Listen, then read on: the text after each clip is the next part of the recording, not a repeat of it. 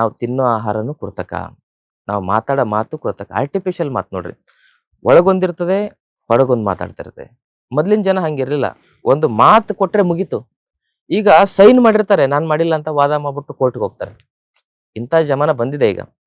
ಅದಕ್ಕೆ ಹಿಂದೆ ಮಾತಿಗೆ ಬೆಲೆ ಇತ್ತು, ಈಗ ಮಾತಲ್ಲ, ನೀವು ಸೈನ್ ಮಾಡಿದ್ರು ಕೂಡ ಏನಾಗಿದೆ, ಮನುಷ್ಯನಲ್ಲಿ ವಿಶ್ವಾಸ ಒಂದು ಹೊರಟೋಗಿದೆ. ಮನಿ ಮೈಂಡೆಡ್ ಜಾಸ್ತಿ ಆದಾಗ ಮನುಷ್ಯನಲ್ಲಿ ಇಷ್ಟೆಲ್ಲ ಸಮಸ್ಯೆಗಳು ಎದುರಾಗ್ತಾ ಇದೆ.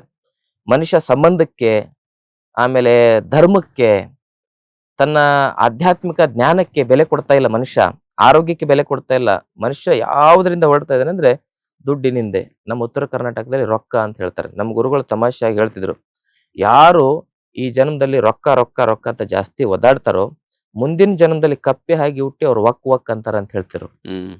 ಹಾಗೆ ಮನುಷ್ಯನ ಜೀವನ ಈಗ ಬಹಳ ಹಿಂದೆ ಬಿದ್ದಿರೋದಂದ್ರೆ ದುಡ್ಡು. ನಾವು ಈಜಿಯಾಗಿ ದುಡ್ಡು ಮಾಡ್ಬೇಕು, ದುಡಿಬಾರ್ದು, ಸುಲಭವಾಗಿ ದುಡ್ಡು ಬರ್ಬೇಕು. ಇದರ ಹಿಂದೆ ಹೋಗಿ ಮನುಷ್ಯ ತನ್ನ ಮಾನಸಿಕ ನೆಮ್ಮದಿಯನ್ನ, ದೈಹಿಕ